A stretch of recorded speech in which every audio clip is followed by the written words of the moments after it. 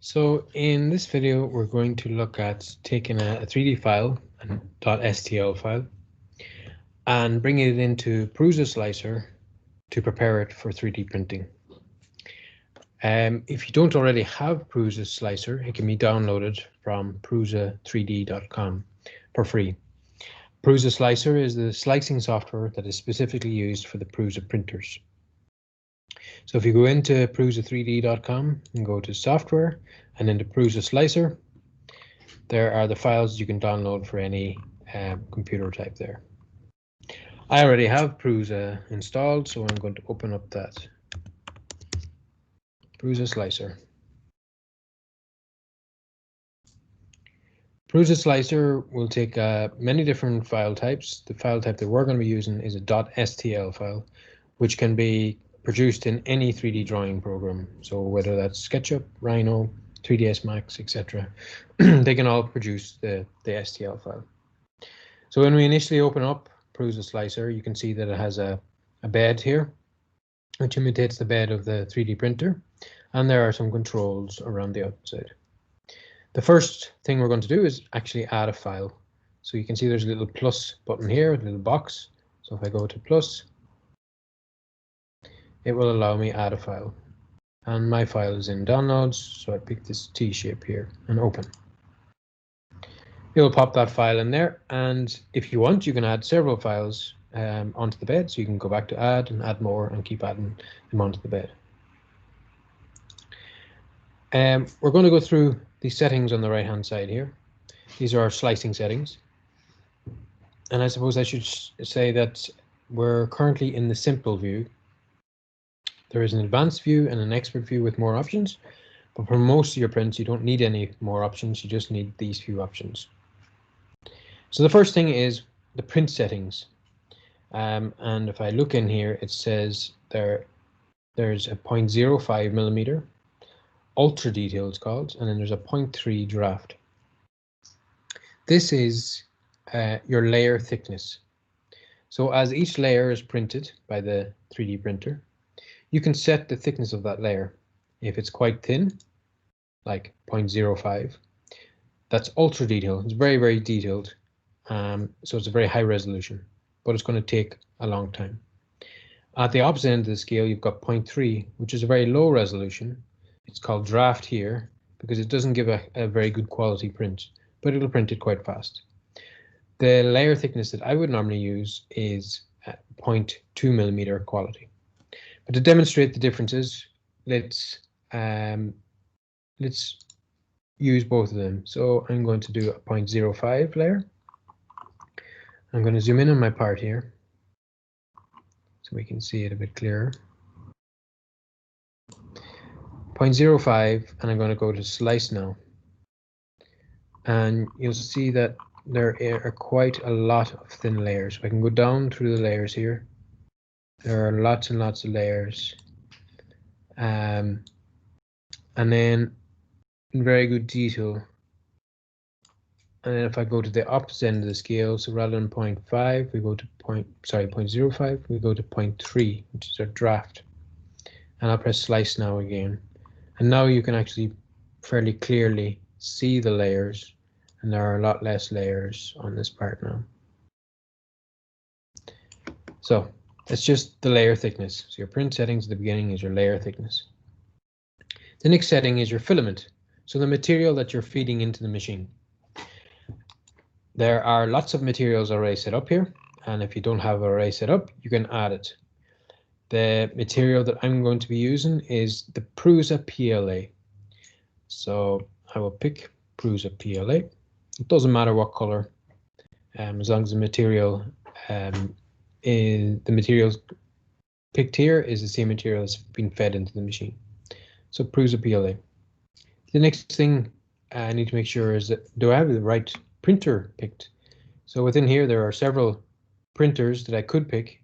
They're all part of the Prusa family. The one that I will be using is the Mark 3S, so I make sure I pick Prusa i3 Mark 3S. I'm going to skip supports for the moment, and we'll go on to infill to look at the infill. So we have sliced this part and it has 20% infill. So let's scroll down the layers to see what that means.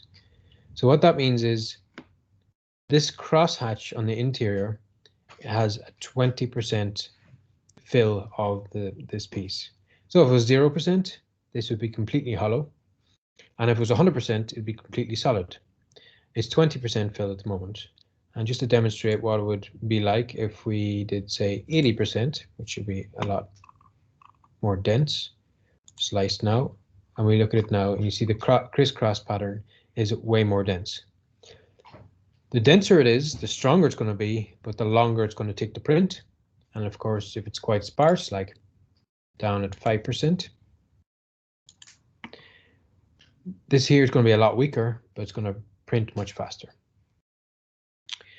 Then we have another setting here beside that called brim. So if I turn on brim and I press slice now, what that does is it creates these lines of plastic around the side, around the edge at the base of the part. And what that does is it helps the plastic get moving once you start printing, but it also helps the part adhere to the bed. So this is very useful if you have a tall, thin part like this.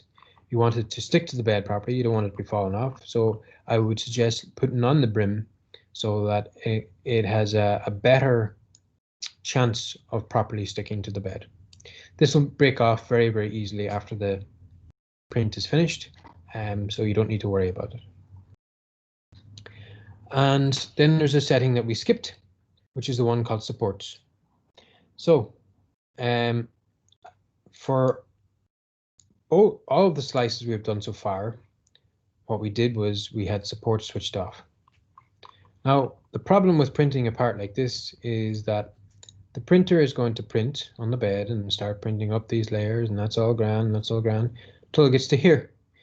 And then it's going to try and print in the middle of nowhere, so in midair, and it's going to print out here, and it's also going to print out this side. And when it prints out both of those sides, what's going to happen is that's going to fall down, and that's going to fall down, because it has nothing to hold it up. There's nothing underneath it. So it'll be printing in the midair, and then you're going to get a failed print. So to prevent that from happening, what we do is we turn on supports. So if I go to supports, where it says none, and I go down and press everywhere, and then it's going to ask me, do you want to change these other parameters, detect bridging parameter, and I say yes, because it's suggesting that I say yes. And then I go to slice now, and you see that here this time all of this green area on either side is put in, and these are our supports. These automatically build up wherever it thinks it will need a support, and these parts can be easily broken off once the part is fully printed. So don't worry about this being on the part. It's printed as quite sparse and quite weakly, so it'll do what it's needed to do, in that it'll hold up these two cantilevered parts while it's printing, and then when the print is finished, you can break them off by hand easily. So there are all the different parameters that you need to set up when printing. So again, what I would normally set is the print setting, the quality, the layer thickness at 0.2. I would pick Prusa PLA. PLA is the plastic I use most often. It's the Mark 3S printer that I'm using. I would normally put on support if I had a part like this, and the infill I would normally use is about 25%, and turn on the brim. Now let's turn on this fill for one last time with this support. Slice now, and it's like that. However, it actually doesn't make sense to put in all of that support, because there are better ways of printing this part. What we should do is we should turn it upside down. So that's what I'm going to do now. So in some parts, it will be unavoidable that you will need supports, but in other parts, you can just move them around so they print in a different orientation.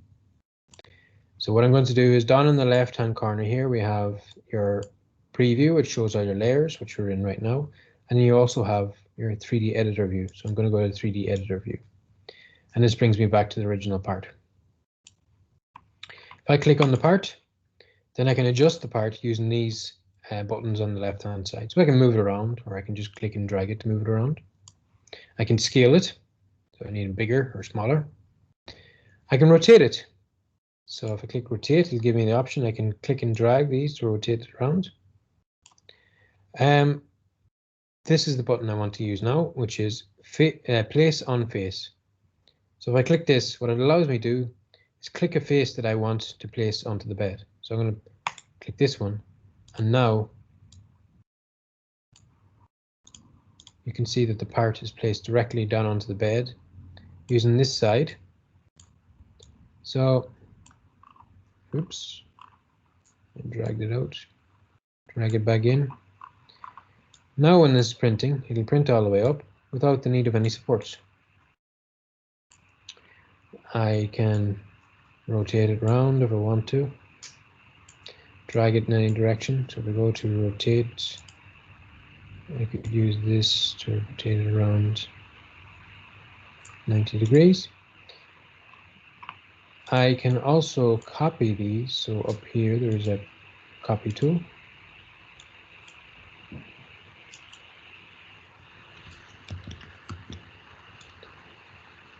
And you can have multiple parts on the bed, or like I said earlier, you can add in more parts by going to add and finding the file in the computer.